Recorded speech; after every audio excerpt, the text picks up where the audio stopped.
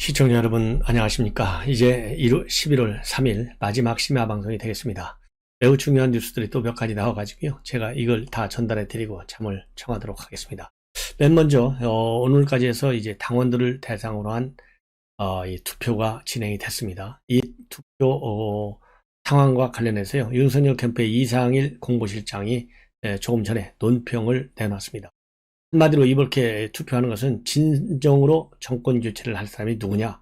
윤석열이다. 이런 데 대한 당원들의 의결이 집결되는 것이고, 또 이 홍준표 후보에 대한 이 지지는 그야말로 이 민주당 측의 전략적 지지인데 이것이 민심으로 포장이 되어 있을 뿐이다. 그래서 진정한 정권 교체는 우리 국민의힘 당원들의 진짜 당심이고요. 이 홍준표 쪽으로 가는 것은 민주 당심이다. 이것이 이제 다 알려지고 있다. 그러면서요. 여론조사 공정을 통해서 나타난 이 국민의힘 지지층의 57.4%가 윤 후보를 지지하는 거, 그리고 특정 후보보다도 무려 23.7%나 앞섰다. 그래서 그 특정 후보는 민주당 지지층에서 47.2의 지지를 얻었다. 이거를 비교 부각시키고 있어요. 여기서 뭐 특정 후보는 당연히 홍준표를 얘기하는 것이죠. 그래서 이상일 공보실장의 이러한 논평문 요지를 쭉 말씀을 드리겠습니다. 먼저 이 당신과 민심의 바다에서 부는 윤석열 태풍 강해지고 있다. 당원 투표가 여론조사에서 모두 승리할 것이다. 경선 압승으로 대선 승리의 확신을 국민 여러분께 심어 드릴 것이다. 그리고 당원들의 역대급 투표 타면은 내년 대선 승리의 결의와 정권 교체 열망의 표출이다. 그 결의와 열망은 윤석열 후보에게 압도적으로 쏠리고 있다. 그래서요. 전국의 모든 곳에서 당원들이 인증샷이나 문자 메시지로 그리고 전화로 윤석열을 선택했다는 소식을 알리고 있고, 책임 당원들 사이에서 윤석열 태풍이 불고 있다. 그리고 이 태풍은 민심의 바다로 매우 빠른 속도로 이동하고 있다. 이 얘기는요. 이 태풍의 속도로 지금 불고 있는 윤석열 태풍, 당심이죠. 이 당심이 민심 쪽으로, 즉 일반 국민 여론 쪽으로도 이동하고 있어서 당심과 민심의 압도적 승리가 예상이 된다. 이거를 지금 설명하고 있는 겁니다. 당원들의 표가 윤 후보에게 몰리는 이유는 명백하다. 바로 정권 교체를 간절히 바라는 유일한 후보이기 때문이다. 민주당 지지자들을 등에 업고 뛰는 후보가 아니기 때문이다. 이 얘기는 홍준표 후보와의 차별성을 강조하는 것입니다. 그리고 우리 당원들은 현명하다. 특정 후보가 민주당 측의 전략적 지지를 민심으로 포장해서 홍보에 열을 올리고 있지만, 냉철한 판단력을 지닌 당원들은 그 민심이라는 것의 실체가 정권 교체를 거부하는 민주 당심이라는 것을 알고 있다. 그래서 국민의힘 지지자들과 당원들 사이에서는요, 윤 후보에 대한 지지가 더욱 강해지고 있는 것은 민주당 측 장난이 우리 경선 결과에 영향을 미치도록 가만히 놔둘 수 없다는 단호한 마음이 모아지고 있음을 의미한다. 그러면서요, 오늘 나온 여론조사 공정에서 국민의힘 지지층의 57.4%가 윤 후보를 지지하는 것으로 나타났고, 특정 후보보다 이것은 23.7%나 앞서고 있다. 이 특정 후보는 민주당 지지층에서 47.2%의 지지를 얻고 있다. 그래서 이 후보에 대한 민주당적 지지도가 높은 이유를 잘 아는 국민의힘 지지층과 정권 교체를 희망하는 중도층, 날이 갈수록 윤 후보에게 더 큰 지지를 보내고 있고, 이는 여론조사 공정조사 결과가 말을 해준다. 그리고요, 이 국민의힘 경선 투표율이 올라가면 올라갈수록 윤석열 후보 투표율은 더욱더 치솟을 것이다. 당원들의 표심은 정권 교체를 바라는 국민들의 마음에도 이심저심으로 파고들 것이다. 그래서 당원들에게서 맹렬하게 부는 윤석열 태풍은 3, 4일 실시될 국민 여론조사에서도 그대로 나타날 것이다. 정권 교체를 강력히 희망하는 민심이 정권 교체를 거부하는 민심을 제압하는 결과가 나올 것이다. 윤석열 후보는 당심에서 압승할 것이고 여론조사에서도 승리할 것이다. 윤석열 태풍이 당원과 국민 사이에서 함께 불고 있기 때문이다. 그리고 어떤 후보는 바람 이기는 조직 없다고 했는데, 윤 후보는 바람과 조직 둘 다 가지고 있다. 대선 승리와 정권 교체를 간절히 원하는 당원과 국민들의 조직적 지원으로 윤석열 태풍이 불고 있으니 조직도 바람도 윤석열 것이다. 윤 후보는 경선 압승으로 당원과 국민에게 정권 교체의 확신을 심어 드릴 것입니다. 이렇게 이상일 공보실장의 논평, 상당히 의미가 있는 것 같습니다. 자, 이제는요, 지금 검찰이 이재명 대장동 사건과 관련해서 이재명 배임 혐의를 뺀 거, 유동규 배임 혐의를만 적시한 거, 그리고 이 배임 액수도 수천억에서 1,100억 원대로 이제 마지막으로는 651억으로 줄어들었어요. 이걸 보고 이건 확실한 꼬리 자르기다. 이재명 배임 혐의를 수사하지 않겠다는 포기다. 지금 엄청난 반발과 비판 여론이 일고 있어요. 자, 그러다 보니까 검찰이 이 심야에 입장문을 내놨습니다. 뭐라고 내놨느냐? 예단하지 말라는 것이죠. 법과 원칙에 따라서 엄정하게 수사하겠다는 입장을 내놨어요.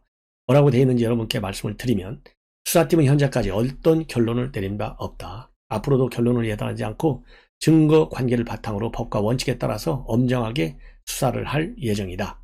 이렇게 입장을 밝히고요. 자, 그리고 이재명 후보가 배임 혐의로 고발돼 있는데 수사팀이 선을 긋는다는 것은 말이 안 된다. 수사팀은 증거가 나오면 나오는 대로 가는 것이다. 증거가 나오는 것을 두려워할 사람은 검찰에 없다. 이렇게 설명하고 있어요. 자, 여러분들 여러 가지 물적 증거가 나와서 이재명이가 사인한 이 결재 공문서도 10여 개가 나왔어요. 이 연계성, 즉 배임 혐의를 이재명한테 씌우는 게 아니라 이재명한테 배임 혐의를 염두에 두고 수사해야 할 당위성을 뒷받침해야 되는 스모킹건들이 문건만 하더라도 10여 건이 나왔고요. 녹취록도 나왔고 많이 나왔습니다. 그리고 성남도시개발공사 정관 8조에 따르면 이 성남도시개발공사에서 이런 분양가격 이런 거 결정을 하면 반드시 시장한테 보고해야 한다라는 규정까지도 있어요. 그리고 성남도시개발공사는 성남시가 100% 출자 지분을 가지고 있어요. 그럼에도 불구하고 이 대장동 개발 사업에 있어서의 말하자면 성남시의 개입 여부 이거를 수사하지 않는다? 이거는 절대적으로 잘못된 것이다. 이거 잘못하면요. 지금 뭐 우리 윤석열 후보나 홍준표 후보 다 지적하잖아요. 다 이 검찰 수사관들, 검찰 담당 검사 전부 재조사하겠다. 정권이 뒤집히면 얘기하고 있지 않습니까? 그렇기 때문에 이게 수사의 핵심인데 이거를 안 한다? 이거는요. 직무유기고 직권남용이에요. 김호수, 또 이정수, 박범계 말하자면 애완견. 그러다 보니까 이 압박 여론과 비판 여론이 워낙 세다 보니까 이렇게 야밤에 심야에 입장문을 급히 내놨는데 이제 이 입장문을 근거로 해서 조속히 이재명에 대한 소환 조사에 임할 수 있다. 그리고 있기를 바람하지 않습니다. 그러면 결국 이제 이재명 교체론이 더 아주 이제 수면 위로 노골적으로 떠오를 수밖에 없고 그것은 시간 문제일 뿐이다. 그래서 정권 교체의 파란 신호도 이제 더 세게 그리고 빠르게 펴져 가고 있다라는 말씀을 드리고 싶습니다. 이런 가운데요, 이 조선일보가 단독 보도로 이 유동규의 공소장을 입수해서 그 대장동의 전말을 보도하고 있어요.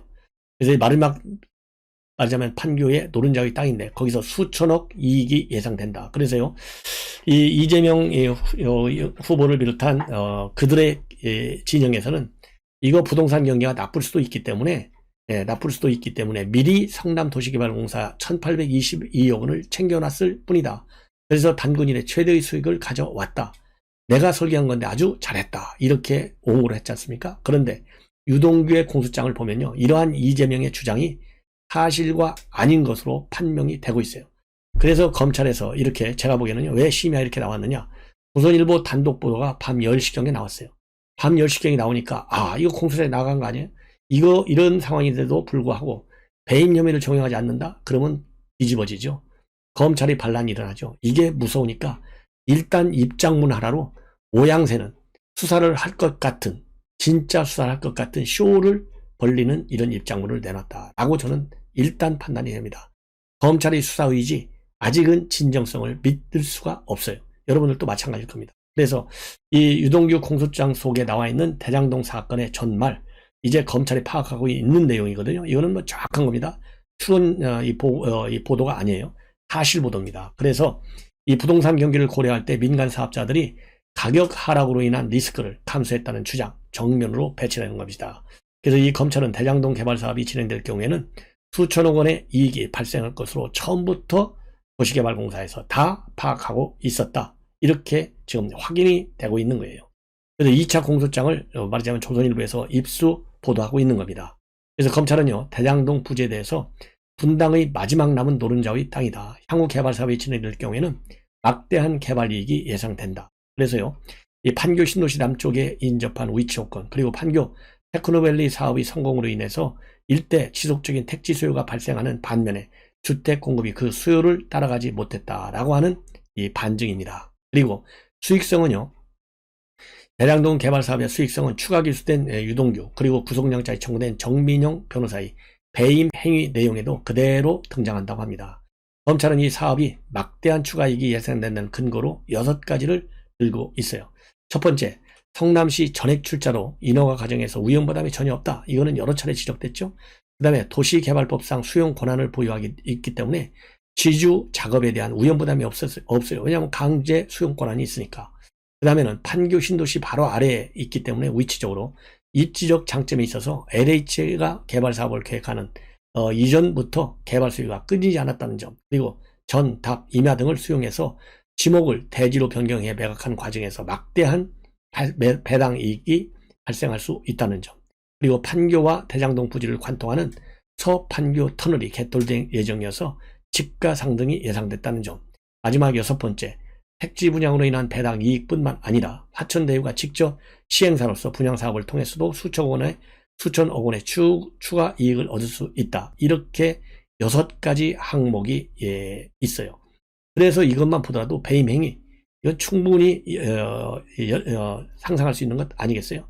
이러한 상황을 고려할 때 기획본부장으로 공사업무를 총괄했던 유동규, 그리고 전략사업실장 실무를 맡은 정민용 변호사, 이 두 사람이 공모지침서 작성, 그리고 개발이익 분배 등 절차를 투명하게 진행했어야 한다는 게 검찰의 판단입니다. 그런데 검찰은 이 두 사람 모두 이러한 임무를 위배해서 공사가 아닌 화천대유 등 민간업자에게 개발이익을 몰아줬다, 이렇게 판단하기 때문에 배임 혐의를 적용한 것으로.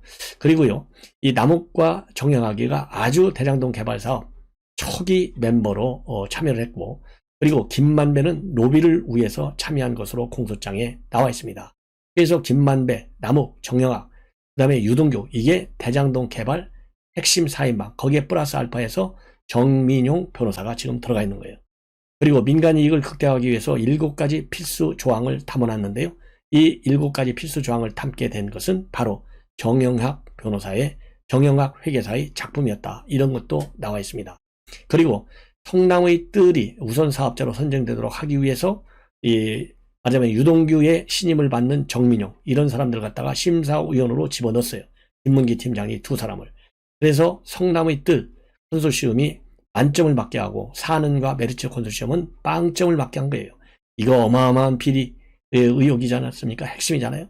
이런 이 범죄 행위를 저질렀어요. 그래서 2차 공소장 내용을 종합적으로 정리하면 대장동 사업의 모든 추진 과정이 유동규하고 정민용, 김만배, 이런 대장동 일당의 합작품이다, 이렇게 결론이 나올 수밖에 없어요. 그래서 이 법조계에서는요, 수사팀이 인허가권과 감독권을 가진 성남시를 의도적으로 빼놓은 것이 아닌가 의심이 된다는 말이 나올 수밖에 없는 상황이 되는 겁니다. 이렇게까지 공소장에 써놓고 이재명으로 싹 뺀다, 이게 말이나 되는 거냐 이거예요. 그래서 성남도시개발공사 지분 100%를 소유하면서 실질적인 운영 권한을 가진 성남시를 배제한 거, 그리고 공사만, 성남도시개발공사만 피해자로 본 혐의 구성, 절대 납득하기 어렵다. 이것이 법조계의 지배적인 시각입니다. 그래서 제가 앞에 말씀을 드린 대로 이제 이재명 배임 혐의 배제한 것을 미리 정해놓고 하는 것이 아니다. 이런 일단 입장문을 내놓고 또 시중의 여론을 살핀 다음에 이재명까지 어느 정도로 수사할 것이냐. 수사라면 면죄부 주려고 수사하는 건데 틀림없이 면죄부라고 보이지 않게 하기 위해서 어떻게 할 것이냐, 이런 꼼수를 지금 연구 중에 있지 않을까 하는 생각이 들어요. 자, 이제는요, 이 김은혜 의원이 이재명의 육성 녹취록을 전격적으로 공개했습니다. 이 영상 파일인데요, 2013년도에 성남도시개발공사가 만들어지면 임대아파트를 지어서 운영하고 이러는 것은 안 하겠다라고 하는 영상 파일이 공개가 돼서 지금 파문을 이야기하고 있습니다. 당시에 이재명 성남시장이었죠. 2013년도 1월인데 수정교 태평상동 주민센터에서 열린 새 인사회에서요, 뭐라고 시민 질의에 답변을 했냐면, 시민이 도시개발공사가 왜 수익을 꼭 내야 하느냐는 시민의 질문에 대해서 임대아파트 지어 운영하고 이런 건 안 하려고 한다, 이렇게 답변을 했어요. 그래서 이 영상 파일에 나오는 내용을 보면 이재명은 시민들과 만나서 도시개발공사는 궁극적으로 이익을 낼 필요가 없다. 예를 들면 제1공당 대장동은 결합 개발을 하면 수익이 좀 남는데 현지 주민 보상으로 써야 한다, 이렇게 얘기를 했고요. 이어서 나머지 분양 개발 사업 이런 것들 하면 돈이 남겠죠. 그거는 두 가지 방법이 있다. 임대아파트를 지어 운영하고 이런 건 안 하려고 한다. 그것은 손해가 나니까. 임대아파트 때문에 적자가 나는 것인데 성남시 의회가 동조를 안 할 것이니까. 그러면서요. 이때는 언제냐면은 성남도시개발 시설관리공단이 성남도시개발공사로 통폐합하는 그 과정에 있는 상황이었어요. 그래서 이재명 의원은요, 당시에 돈이 나오면 예산으로 쓰는 방법이 하나 있는데 수익으로 어느 한 지역을 헐어서 도서관을 만든다든가 이런 본시가지 개발 사업에 쓸 것이다. 그러면서요, 배당도 금지되어 있다. 공사인데 누가 배당을 받느냐? 이렇게 말도 하고요. 도시공사가 왜 이익을 내느냐? 궁극적으로 이익을 낼 필요가 없죠? 라고 하면서 왜 이익을 남겨서 뭐 하겠어요? 결국 써야지. 이런 입장문을 냈어요. 이걸 이제 해석해 보면 이재명 후보는 약자편이라는 환상을 깨게 해주는 진심한 고백이다. 해당종을 거쳐서 백정동까지 이재명 후보가 꾸준히 민간 개발 사업자의 세대수는 늘려주면서 서민들의 임대주택을 줄인 배경을 이제야 알게 됐다. 이렇게 김은혜 의원이 주장하고 있어요. 그러면서 집 없는 서민의 임대주택은 수익 관점이 아니라 주거 안정과 공격의 관점에서 바라봐야 하는 게 기본이자 상식이다. 맞는 얘기죠? 근데 이재명 후보의 30년 임대 기본주택 공약도 구호에 그치지 않을까 의문을 갖게 된다. 이렇게 직격탄을 날리고 있습니다.